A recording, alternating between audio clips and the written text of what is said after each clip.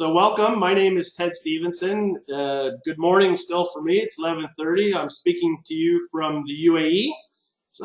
We've got people logging into these webinars from all around the world. We had Canada to China to the Middle East, India, of course. Welcome, everybody. And I apologize for the delay, but we'll get into it. This is going to be a shorter one. It's not going to be the full hour because this is level 2, which is mean you've done level 1, you've passed level 1. So you've done about 300 hours of CFA. Congratulations, but you need to do another 600 to complete the journey. And now we're going to talk about the next 300 hours, level 2. So let's just get into this. So we're going to just do a quick introduction to Aptudo. Hopefully some of you have gone to the website, www.aptudo.com. If not, I highly encourage you to go to it. You'll see that we have an app for level 1. There's a free demo for level 1. You've passed level 1. I can tell you that the level 2 is not yet loaded up. It's going to be coming out in the next couple of weeks. I can assure you that all the questions and the item sets are ready. It's going to be launched shortly. So what you see for level 1 is being replicated for level 2, but it has got the addition of some item sets specific to level 2. And we're a young company, a new company. Level 1 is working super well, and level 2 is going to be up in the next couple weeks. So let's stay in touch for that. So I'm going to go through introduction about the company. CFA program, level 2, why it's different. Some of my tips and tricks. You've obviously got some experience. So this is for level 1 where we spend a heck of a lot more time. This is a refinement now in your process. It's not revolution, it's evolution in your study, okay, to have success in level 2. And then a wrap up in Q&A, and hopefully you can ask your questions through the question field here, and I hopefully will have respond to them. And there's not another webinar after this one, so we can spend some time on this. So I apologize for starting late, but let's get into it. So yes, introduction to Aptudo. Young company. We've got it's the next generation of CFA program exam prep tools. And what do we really mean by next generation? Yes, essentially it's a question database where level 1 we've got over 3,000 questions, and level 2 is several thousand questions as well, individual and item sets. We're going to be offering some online classes. And we'll talk a little bit about the features of the app. And what is our aim? Our aim is that you're going to study 300 hours, but we help you make that 300 hours more efficient, more engaging, more motivating, and to increase your probability for passing. So first of all, what I'll just show you is that for level 1, we did a boot camp in November for the December exam, and you can see that's me sitting in the same place where I am right now, although I have this lovely Aptudo background now. And this is the software that we're using for the online classes. It's new, it's cutting edge. We can see all the participants all the time, which if you've ever taken an online class before might be a little bit different than a situation where 6 people could be live. The instructor could see 6 of you and have to engage and disengage.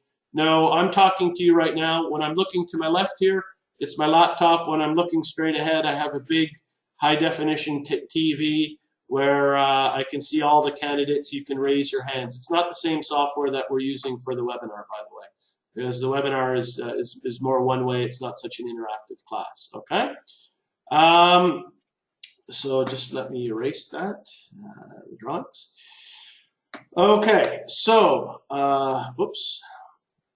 So yeah, a little bit about the features, and this is multi-platform. You can do questions on your iPhone, on your iPad. I believe the Android is going to be rolled out, not 100% sure of that, but anyhow, it's web-based, so if you're connected to the internet and you're using an Android tablet, you can still get into your account.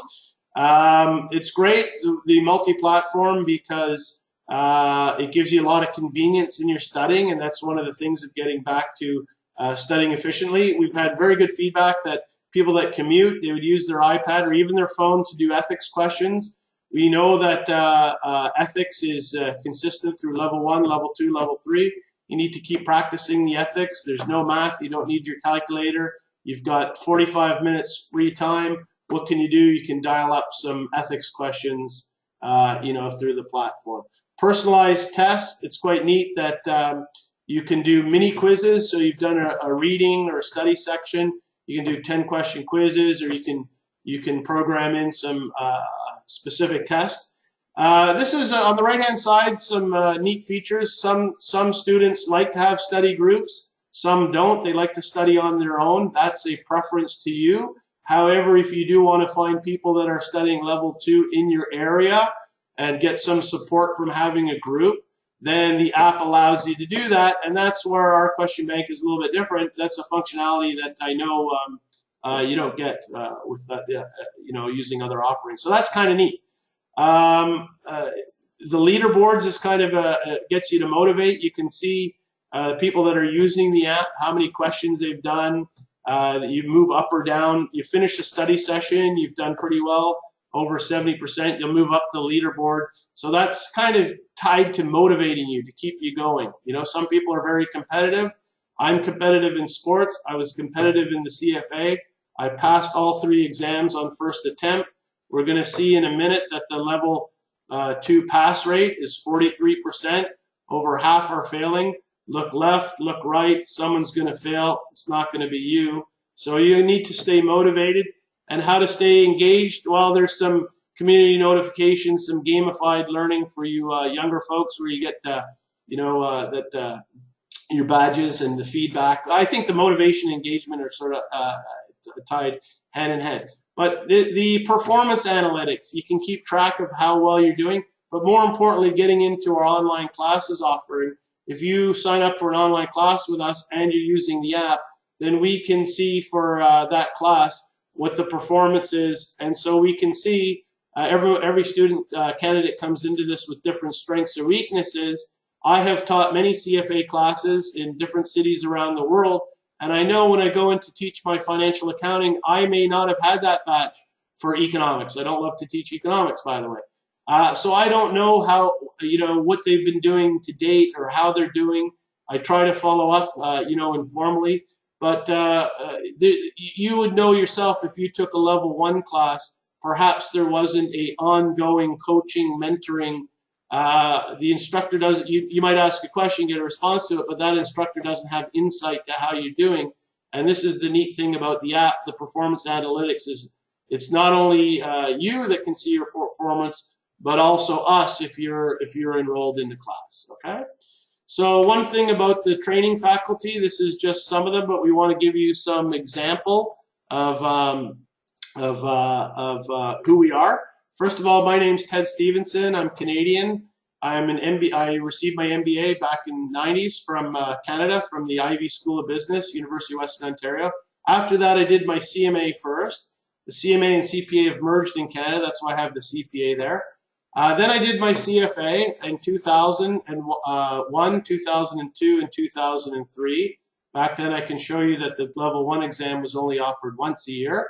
I wrote level 1 and 2 in Calgary and level 3 in Taiwan. So I know the challenges. I was a finance director in Taiwan. I know the challenges of trying to work and study.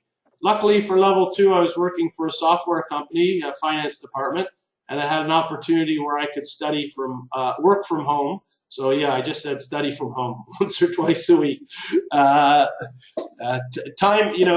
passing the exam is a function of time. So organizing your life for the next February, March, April, May, the next 4 months is going to be key to get that 300 hours in. So that's a little bit about me. I'm living in the UAE, teacher to college, and I've been involved in certain things like the CFP, by the way, Financial Planning Standards Board. I've been on a global body of knowledge working group. So that leads us to these a few of our other guys like Jim Marone, CFA, MBA, based in Toronto, also has got experience with Stala and writing questions for Schweitzer, Stala, Fitch, the whole, not only a trainer, but curriculum development. Rob is in San Francisco, fixed income expert. teaching experience. Dr. Majid's here in the UAE. Nicholas is in San Francisco as well. And just to go to so the great thing about the online, what we're trying to do is that if you're in a city where there's not level 2 in particular, it's hard to find good CFA level 2 training. I know it for a fact. I've worked in the UAE, I've worked in Qatar. It's hard to find good people. So what is the advantage of online is that we can bring some experts from all around the world. They don't have to be in the city, but we can connect you, and we can pretty much recreate that classroom experience using some of the high-tech tools.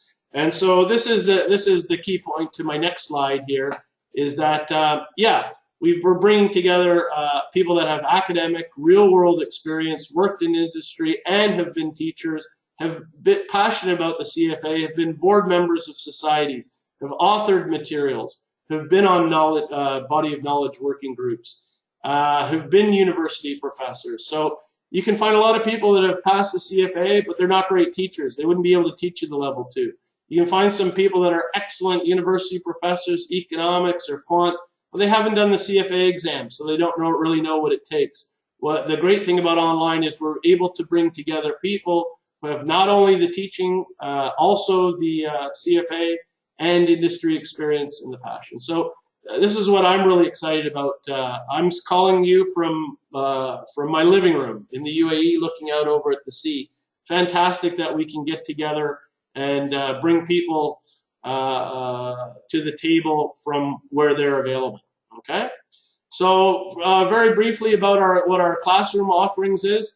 Well, we have two choices. You know, the 54 hours is basically once a week. It's for people that just want to touch base once a week. You're not going to be able to obviously get through every learning outcome statement in 54 hours. I have the level 2 here in my hands for 2016. But it's important to have some one-on-one coaching with an instructor, access to the recordings of the sessions, the review notes, access to the app is included. As I said, level 2 is going to be up in just a short time.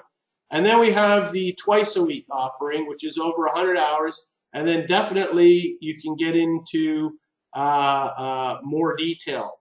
For level 2, there's a higher level of complexity. I can tell you for sure that you can't cover everything in a 3-hour class once a week in tremendous detail. So that the once a week, you'd be just looking at some of the tougher areas.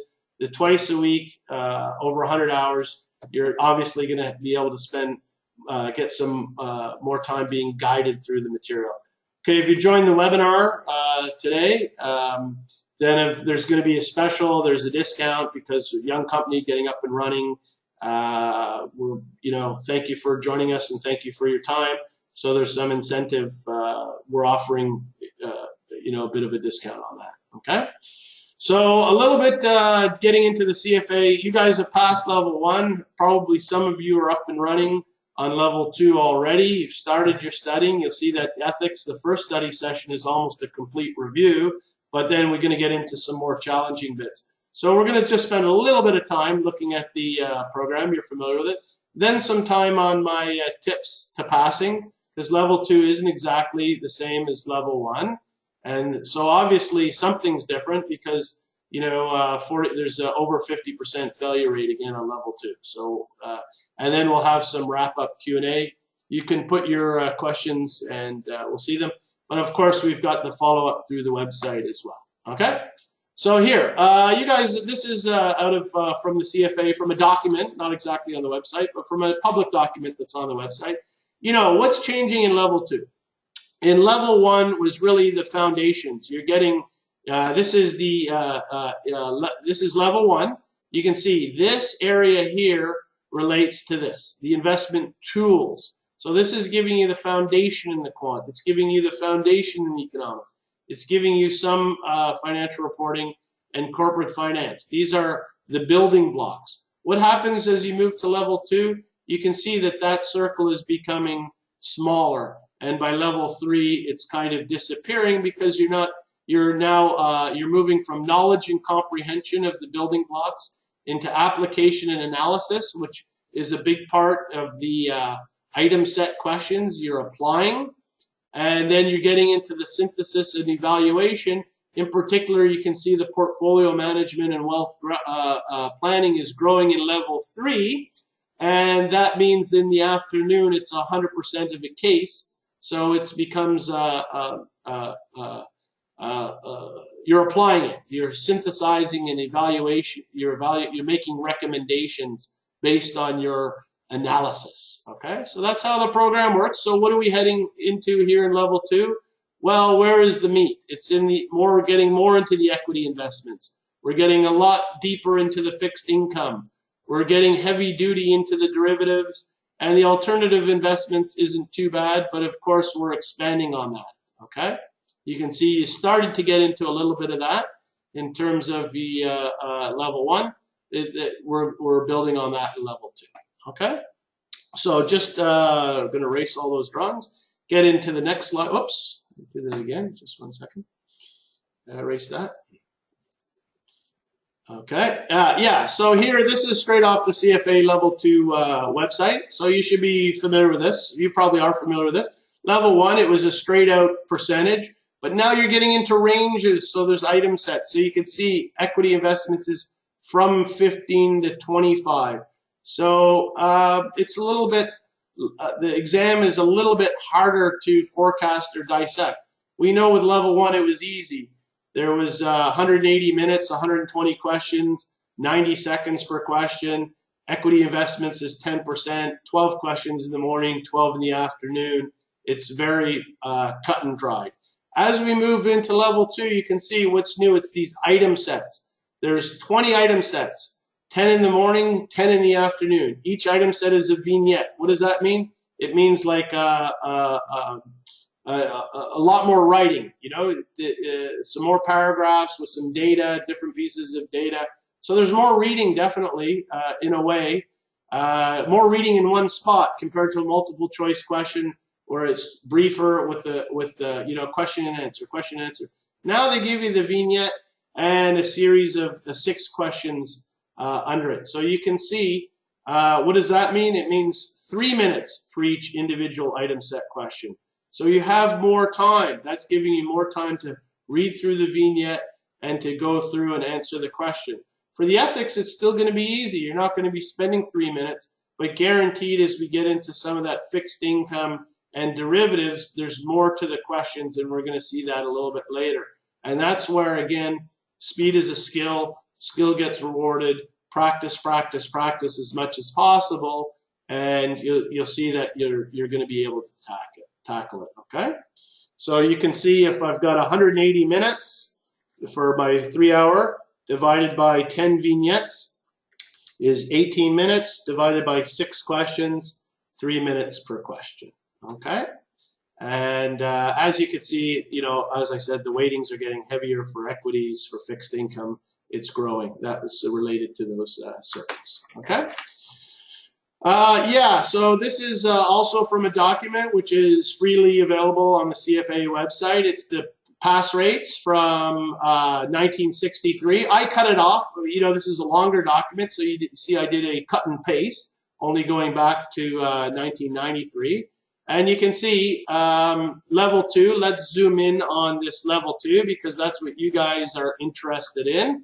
I finished level 2 in 2001. So here I was part of this 46% pass rate. At the time, there was 17,000 people writing. Hey, look how the program's grown, as you've known. The 2015 is just the June exam. You can see that 46,000 people wrote, 21,000 people passed, and 25,000 people failed. So it's a 46% pass rate, which is a 56% failure rate. And more importantly, if we look at the 10-year averages down here, it's pretty much the same story where it's been a 43% pass rate. And if we just look at the last few years, for example, you can see 43, 42, 43, 46. So that's the challenge that's facing you. For the level 2 exam is that I would consider that to be still a highly a fairly high failure rate. Okay, so how are you going to avoid that? Okay, yeah, so yeah, 50 cent. For those of you that have written the exam, you're already familiar with this, with the environment. So we like to show this to the level ones to know what you're getting into. So now we're going to get into a little bit the tips and tricks about the exam preparation, the process, tackling the curriculum, some of my tips.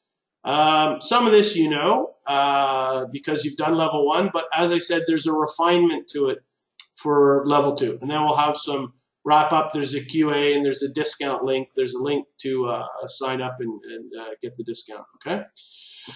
Which we'll email to you because as well, all right? So let's just get into this. Yes, so what do we get? Is level two any easier in terms of the number of hours that you need to commit? No, this little graph, data here in color is from a June 2015 candidate survey leaving the exams around the world, okay? So we can see here the average, on average you need 300 hours. In the old days they used to put on the website that it was 250. It went up to 300 a few years ago.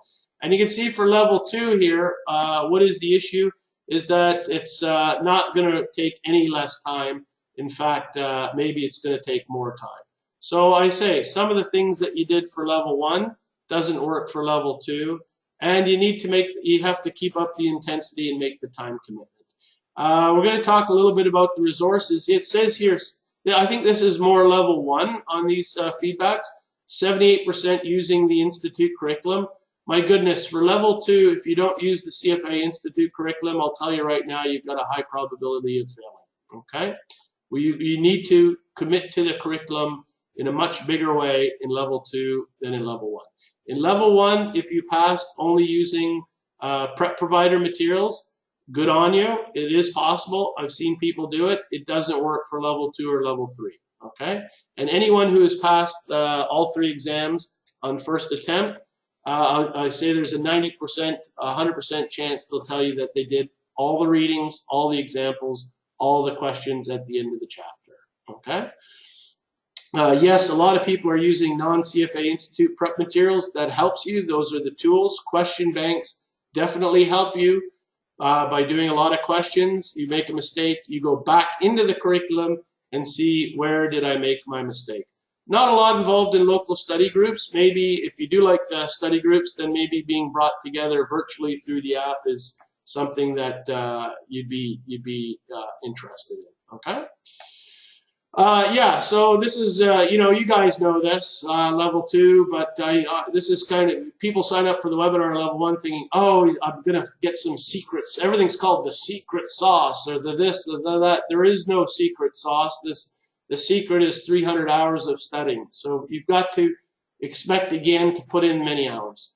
However, your time can be spent efficiently or inefficiently. Studying is a skill, and you guys are probably finding that already, that the way that you were studying and preparing in December wasn't exactly, if you wrote the exam in December, wasn't exactly the way how you started. So what we like to do, level one, and not only level one, but level two as well, is to get you back into that efficient study mode. And I've got some tips on that.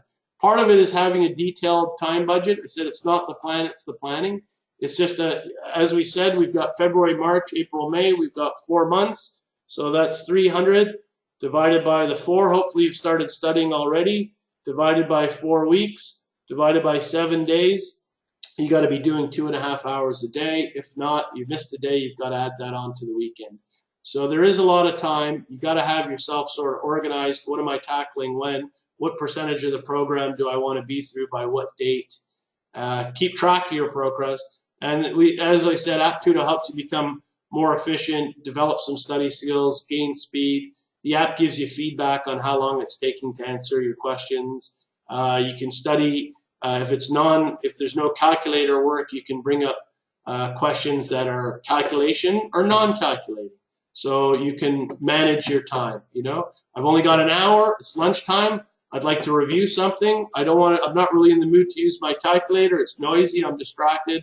Well, I can dial up some questions from a study session that are not quant related, and so the app is helping you just keep as you guys know, you tackle an area, you move forward, tackle a new area, but you got to continually going back and reviewing. And so, you know, question bank and the app will help you do that. Okay. This is what I said, studying for the CFA is a process, and the way you study at 5, this is level 3, is way more efficient than in your first hours. So, and you guys are, your study skills are still developing. Let me tell you, by the end of May or June, you'll see that, wow, you've become a really efficient CFA studying machine, and hopefully we can get you up and running in early February into that mode more quickly, okay? When to take off time off work, this is my own personal opinion. Some people schedule time off work right before the exam, the week before. I think that's a mistake. As we know, it's a learning curve. You're going up the CFA learning curve. The law of diminishing returns, once you get to hours 300, you're learning less and less. You're ready to write the exam. Why are you going to climb a lot of that curve when you're feeling you're under time pressure and maybe have left too much to the end? So what I did is I always took close to a week off at the beginning, like right now, end of January. Thank you very much. I'm taking a week off. Why? I'm going to put in a 40 or 50 hour work week, the same as I would on my job. And if I do 50 hours divided by 300, I'm, you know, 16%, which isn't even huge, but at least I'm up and running, off to the races. I want to feel like I'm getting some momentum.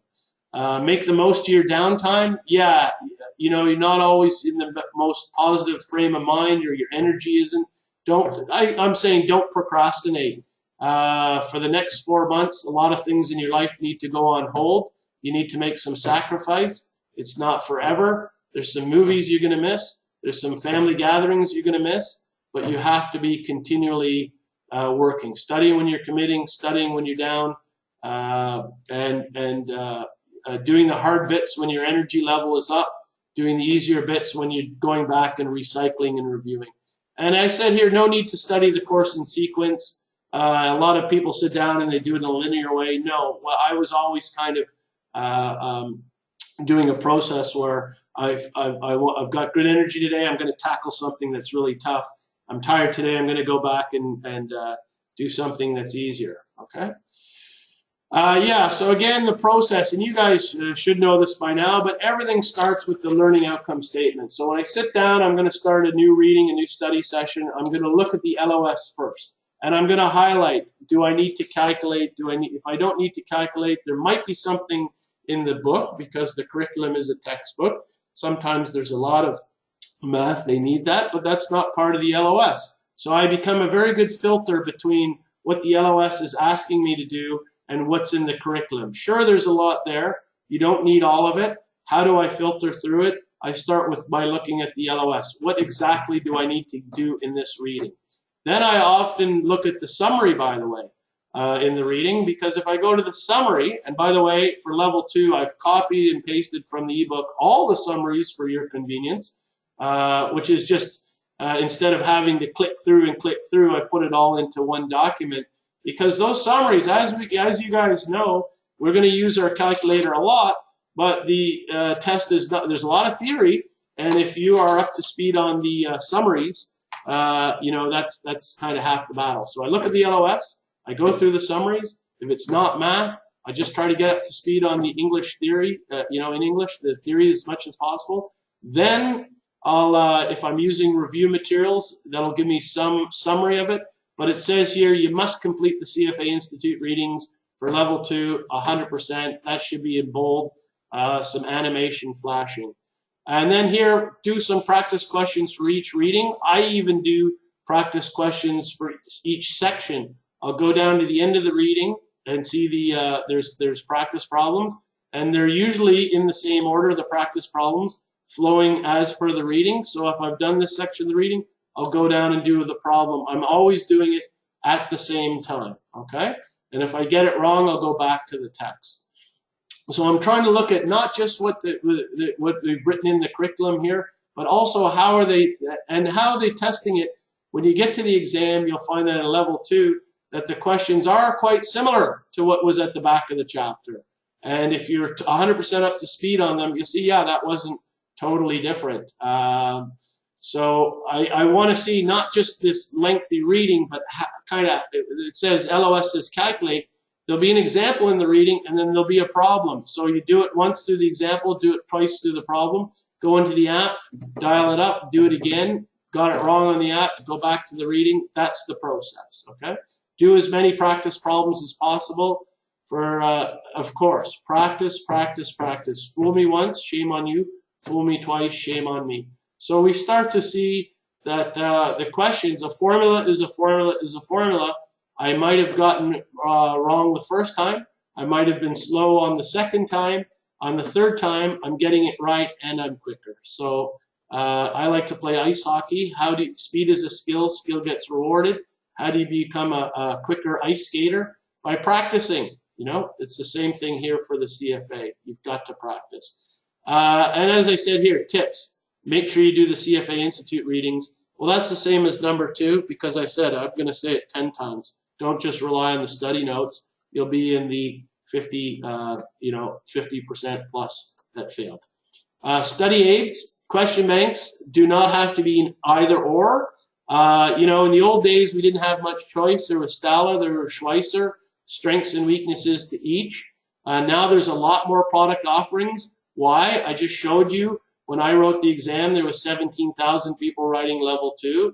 Now it's 40, 50,000. The program has really grown over the last 20 years. So now there's a lot more products and things out there. You know, you have to sort of filter through and see what is the best for you, but it doesn't have to be either or, you know. Use the app, maybe join our classes, but using a question bank that's offered a la carte somewhere else, that's fine. You know, you can see our staff has written questions for Staller, written questions for Schweitzer, taught here, taught there. I myself have taught a lot, used the Schweitzer materials. I'm familiar with it. You just want to get in, use the tools that are making you efficient, use the tools that are helping to challenge you, use the tools that are helping you to force you go back and master the curriculum. It's not either or. Budget is always a constraint. Yes, money is a constraint, time is a constraint, but these are ultimately prep providers are tools to help you master the CFA Institute curriculum, okay? By the way, this slide here about the curriculum, and this is getting to my point very much. I'm just going to go back. Oops, sorry. Here, you must read the CFA Institute readings. This is from, I have the ebook. I can show you I have the ebook. If I go out and I bring it up here, I have the bookshelf. I have all 2016 level 1 and level 2. I can open up here the derivatives. Anyhow, I won't waste your time on that. But, sorry, this slide is exactly from book number 1 at the beginning of the reading. It says here about the CFA Level 2 curriculum, the readings and end of reading questions are the basis for all examination questions. Correct, right? End of reading questions. That should be in bold. That's key. They're the basis. It says that the basis. What does that mean? The questions are similar with different numbers in some cases, and are selected, developed specifically to teach the knowledge skills reflected in the candidate body of knowledge. All readings include problems and solutions to help you understand and master the topic areas, which is why I said in my system, I do the reading, I jump down and do the problems right away, and it's helping me master the curriculum. You should use the LOS to guide and focus your study area because each examination question is based on the assigned readings or one or more LOS. You know that already, and the candidate survey, 93% agreed that the questions were all based exactly on the LOS, okay? So if it tells you to calculate, you need to calculate. The readings provide context for the LOS. Yeah, I'm not going to read all that. Every question in the CFA exam is based on the content contained in the required readings. Yes, required readings. You got to read it. I think I've made that point now. Frequently, an examination question is based on a specific example highlighted within a reading. Ta-da! The examples are always in a blue box in the ebook. I haven't seen the printed copy recently. I'm using the ebook. the examples are so important, and you will know if you're using the curriculum that when you go down, there'll be an example, and when they have the practice problems at the end with the solutions, that 9 out of 10 of those practice problems are exact same as the example. And it says there, the CFA Institute is telling you that the exam is based on the content contained in the frequently an examination question is based on a specific example. If you've been using a prep provider and you haven't been going in the curriculum and you haven't been tackling all those specific examples, and that prep provider is giving you a summary of the curriculum and hasn't included that example, well, that's why people fail the exam. Okay, so they're telling you here. This slide is copy paste from the ebook, book number 1, and I have to hammer this home to level 2 people because I say what worked for you in level 1 for half of you, it's not going to work for level 2. Okay, so remember the key points. All pages of the curriculum are required reading, except selected areas that are marked optional. What's optional in level 2? They've got some really nice introductions to the fixed income, derivatives, and alternative investments, which is a review of level 1. So they've, instead of having to go back and check your level 1 textbooks to get up to speed on the options, they've given you some nice optional sections at the beginning. Section 1, Section 2, Section 3, and then Section 4 will match up with your first LOS for level 2. Okay? You may read the, I like reading it again. You won't be tested on them. But there's a nice little review at the beginning of, as I said, certain sections that they're giving you a nice review. And it's kind of similar as level 1. And in fact, I even think some of it's written better than level 1. So it's nice. And all questions and problems and the solutions found are part of the curriculum and required study materials for the exam. Yeah, I've taught classes and I've asked students, are you using the ebook? And they say, no, you know, I signed up for the exam, I'm registered, it was brought to me. Oh, I find it confusing, I find it this, I find it that. I'm just using this prep provider's material that was provided for me, you know, in joining this class. Well, that's a mistake, okay? Because this is, it says, all questions, problems, and the solutions found at the end of the readings are part of the curriculum. So you have to do all of them, and that takes time. Okay, I've made that point. And that's the difference between level 1 and level 2. I think I've made that clear. So these are some of the tips. Be careful, comfortable with your calculator. Yeah, speed is a skill. Skill gets rewarded. What happens in level 2 is, again, you need to use your calculator quite a bit. In level 1, you know, you've got 3 minutes now for a question, okay, instead of 90 seconds. So you're going to see that there's more parts to a question. So you're not just doing a quick calculation. You're having to do calculations that is, you know, first we do this, then we do that. And I'm going to show you not 100% an item set, but kind of show you the example of an LOS later on and show you that there's like two, 3 parts to the calculation, and that's the difference. So again, you need to be very good on your calculator, okay? And we've got some tools for that for level, we've got some tools to help you with that. Just give me 1 second here.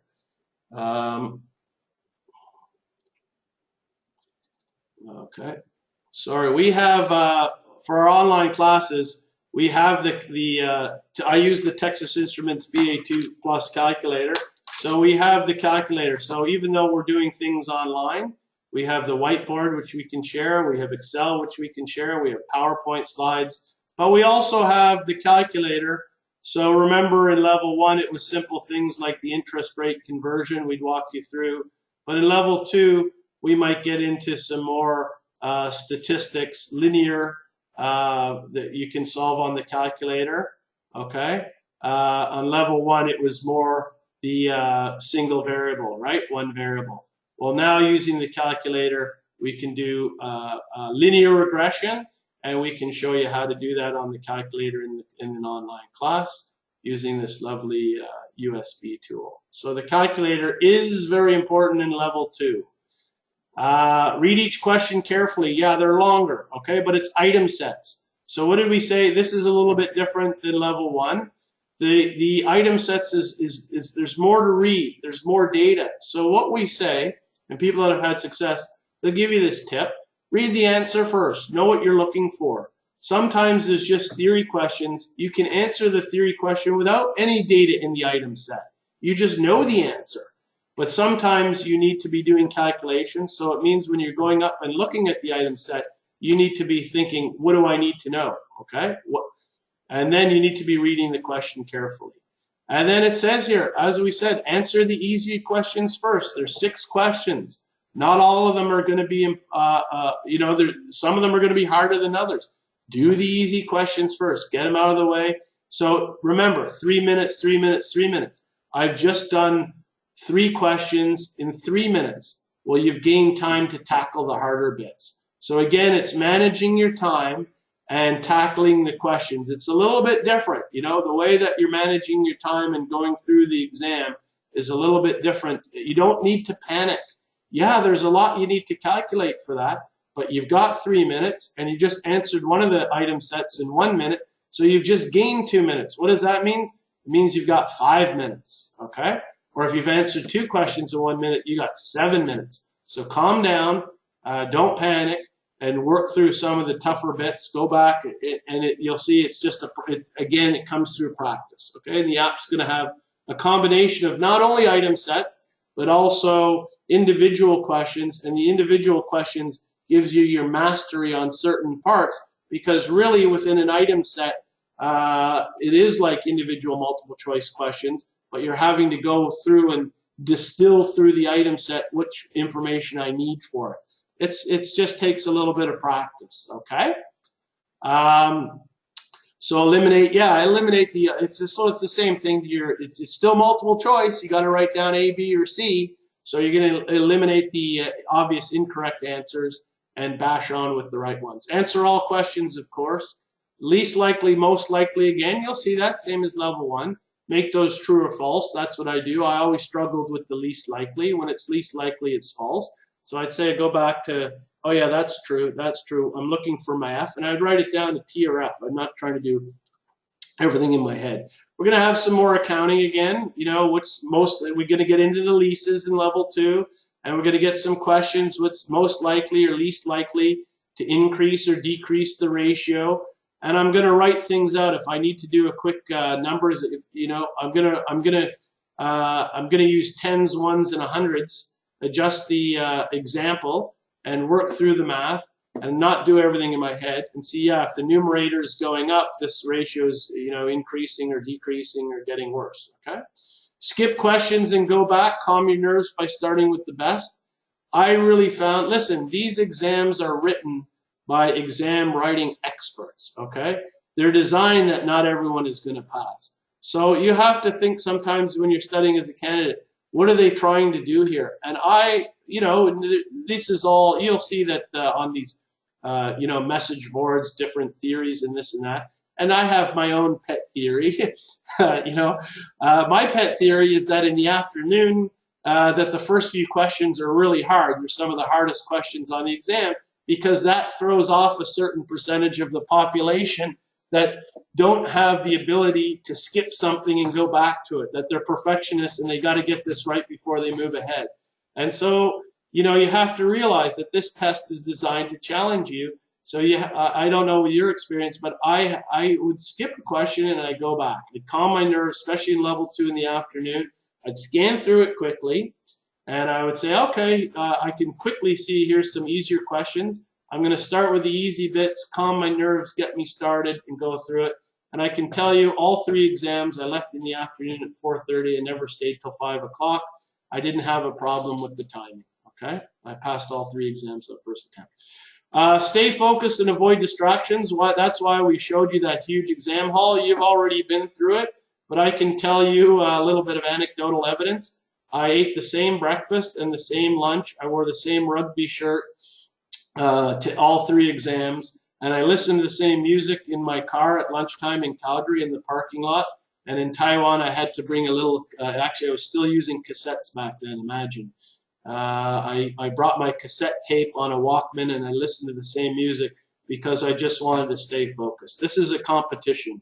you want to win. And that's why when you see the athletes, when they're coming out, they're listening to their music, they're staying focused, they're avoiding distractions. It's the same thing here. I have a story about a friend who went to the exam, a wrong exam location, missed level 1. That was back in the day. It was only written once a year. So you gotta, if you're in a new city or if they've changed the exam location, scout it out. Wake up the same time all week. Some people, start their jobs later and work later. If that's your routine, try to break that. Eat, exercise, and sleep well. Yeah, you got to be rested. Being rested is half the battle. Being focused and having a high energy level and being rested is key to it. But you guys know this. But again, it's always worth repeating. So yeah, okay. I didn't copy paste the exact exam question format from the text. I could go in and show you, but I just want to show you. Here's an LOS from the derivatives, and it's calculate and interpret the prices of interest rate options and options using assets using 1 and 2 period binomial models. So in level 1, you guys have learned the introduction to binomial models. But now you're going to, in level 2, going to have to apply it a little bit more, okay? So this was, so this is the difference between level 1 and level 2. The item set question will be longer in terms of words. There's more words. Then there's a series of questions. The math is a step up from level 1. Definitely the algebra, throughout the fixed income, throughout the derivatives, throughout the quant. The math is a step up. You need to do a little bit more on your calculator. So again, speed is a skill. Skill gets rewarded. And there's more time. Remember, we told you that. 180 minutes divided by 10 divided by 6. So sometimes there's more steps to the problem. So I didn't cut and paste an exact item set from the back of the book. But I just wanted to show you, this is the LOS, and it's saying calculate, the prices of a stock option in this case, using a 2-period binomial model. You'll have to calculate it, and you'll see there's more steps to that. It's going to take 3 minutes and might even take you 5 minutes. But recall, you've answered an ethics question in 1 minute, and you've got the time to do it. So I'm not going to go through this 100% step by step, but this is just an example. This is from our materials and from reading 49. The LOSB is to calculate. So suppose the underlying is a non-dividend paying stock, $50. Can either go up by 20% or down by 20. So you've got your up, down. You know that's your binomial model. So if it's going up, the price would be $62.50. If it's going down, it's $40. The call option has an exercise price of $50, and the risk-free rate is 7%. So what they're going to ask you is calculate the price of a call ultimately using a 2-period binomial model. So I'm just going to walk you through that a little bit. So we can see, what is the price of the call? Well, if it goes up, then it's $62.50. Well, I've got the right to buy at 50. Well, of course, it's at $62.50. I'm going to exercise it. So I've made $12.50. That's nothing new to you. You learned that in CFA level 1. If the stock price went down, the down factor, 0.8, then the stock is at 40. I have the right to buy at 50. I'm not going to buy it at 50 if the price is 40, so it's worth 0. So how do I calculate the price of that call using the binomial model? Well, first of all, I have to calculate this neutral probability is what they call that sign. And it's giving you a formula that you need to memorize. So you can see 1 plus R was the interest rate minus the down factor, divided by the up minus down, so I get the 0.6. So I've got that a neutral probability. I have to calculate the 1 minus that, and then we have the formula for the option price. Okay. So I just wanted to use this as a little example to show you that the math, the algebra is maybe a little bit of a step up. Again, they don't provide you with any formulas, so this is a formula that you need to memorize and work your way through. It's at the end of the day, it's not so difficult. What are we doing? We're doing some addition, and we're doing some division and some subtraction. But we have to now apply what we learned in the binomial model in level 1 and come up with a stock option price. Okay, that's a little bit overlap, but you can see the math. We didn't have to do that in level 1. Aha! But the LOS is saying we've got to do it for a 2-period binomial model. And again, I'm not showing the exact item set, but I'm telling you the item set will have the a calculation where you got to do the 2-period binomial. So now they're continuing with the example, but they've altered it a bit. So it's going up 11.8% and down 10.56. Why? Because at the end of the 2 periods, they want it to be at the same 25%. Okay. So we calculate the up and down factor again. And the risk-free rate has been adjusted here to 3.4%, so that that neutral probability has changed to 0.6261.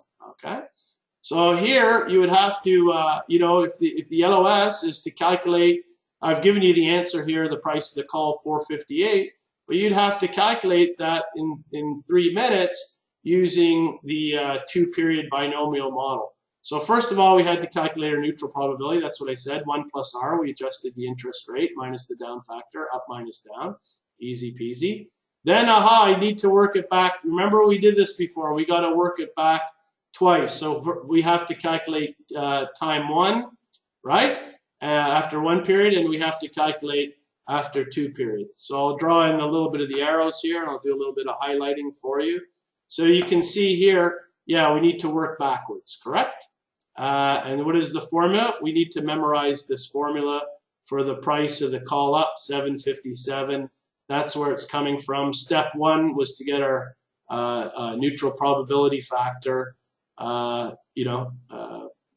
by 1 plus R. So we had to do that once. We could see here the value of the call was 0 and 0. So this easily becomes 0. And then finally, we work it back using the same formula to our 458. So I just wanted to use this as a quick example to show you that on level 1, we definitely did not get a question that was presented to us that we had to do as much math or as much algebra, but you're given 3 minutes. And I'd say this is probably a 5-minute calculation perhaps. And it just takes practice, okay? So that's the challenge of level 2. It's not impossible. I didn't finish high school math. I passed it on my first attempt. Luckily, I didn't put in 300 hours. I'll tell you right now, I put in 400 hours on level 2. And in the morning, I smiled and said, this is exactly like in the book. And I am so practiced. I'm not having a challenge with this at all. But this is not something you can study in an hour or 2 or practice in an hour or 2. You have to put in the proper time commitment, okay? So that's, as I said, this is a little bit of a shorter version. My timing now, we started late. A little bit of a wrap-up Q&A. So the concepts are not difficult. There's a lot of volume. You got to take a planned and systematic approach. And practice, question practice is the key to the passing. Join the 43% who pass. If you want, sign up for our course. Very good value, by the way. You can see $17.50 includes the access to the app. It's a question bank. You know the price of question banks a la carte at any other company, $200 to $300. So if you look at what you're paying per dollar, per hour for a classroom instruction, it's a good deal because we're young, we're new, we're starting up, we're building our reputation. We did a boot camp. All the people that were with us for level 1 are going to find out they passed here and sign up with us for level 2. We've got a small team, good team, which I showed you. You get access to us one-on-one. The sessions are going to be recorded. Fantastic technology. The review notes, we've got slides, kind of review notes, over 1,500 for level 1, over 1,500 for level 2, which is a nice summary of the CFA curriculum. It's true to the curriculum. We're including the pass insurance. So if you signed up and you took a course with us and you didn't pass level 2, well, you'd be able to, of course, it's a year from now, you'd be able to get a second shot for free with us, okay? And so now we have a little bit of time for Q&A, but probably not, we're running a little bit behind, so send us your questions. My name's Ted. Your questions will come through to me. We'll answer your questions. Sorry, I didn't have the link to the discount. I apologize. I just had that at the last minute. I copied and pasted it into my level 1. I didn't have it in the level 2. Here's my level 1. It was right at the end, by the way. Here's the link, but we'll send it to you. You signed up for the course. We've got your email address. we'll send that to you. I apologize for that. I just realized that I didn't copy and paste twice. So I want to thank you for your time. Hopefully, we've given you some information about not only the app and the products and services we're offering, but also about how you need to approach level 2. It is different. There is a 43% pass rate. What works for a lot of people for level 1 obviously doesn't work for level 2. I've got my opinion, you know, that you need to stick to the curriculum. You need to study the curriculum every single page. You need to do all the examples. Here, I've got it open here, right? Yeah, here's what I was working on, the one-period binomial model. This is, you know, here it is right here, folks. You can see my screen. I'll scroll through it. You can see it's heavier. You know, it's not impossible. We're going to get into it. It says it's an interest rate option, which is also an interest rate tree. I showed you the stock one. I think it's a little bit easier than the bond binomial model. But it's heavier, there's no doubt. But it's doable. You know, people pass it on first attempt. What's it going to take? It's going to take some time. I'm going to turn off the search function there, by the way. So there it is. And what I said is very important for each reading is you've got to get in with a summary, but it's the practice problems.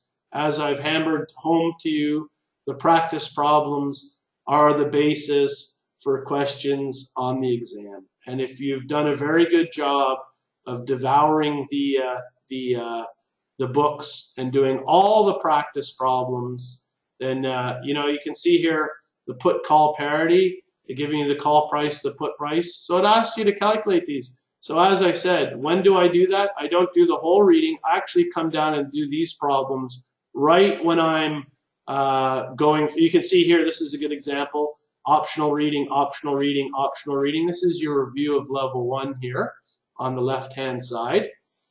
And then you get into the pricing is only on section 5.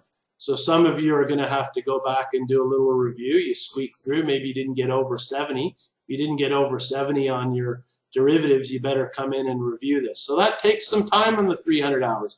And then you jump into this and the binomial model, the continuous time pricing, a little bit tougher. So as I said here, when I'm working here on the put call parity within the reading, oh, sorry, just let me erase my, my drawings. So you can see here, when I get into the put call parity in the reading, I'll come down and do the problem, and then I'll go back. I'll come down and do the problem, then I'll go back. Then I'll get into the app. I'll do the problem in the app. I get it wrong. Where am I going to go? I'm going to go back to the book. Okay? So I tried to show you that we do have slides that are faithful to the book. These are materials for the classes. It's right out of the book. And because that's the key, okay? So in terms of our content, it's true to the book. I forgot to mention, yeah, we're part of the CFA Institute prep providers, and we have relationships with different societies around the world. My whole philosophy is staying true to the curriculum.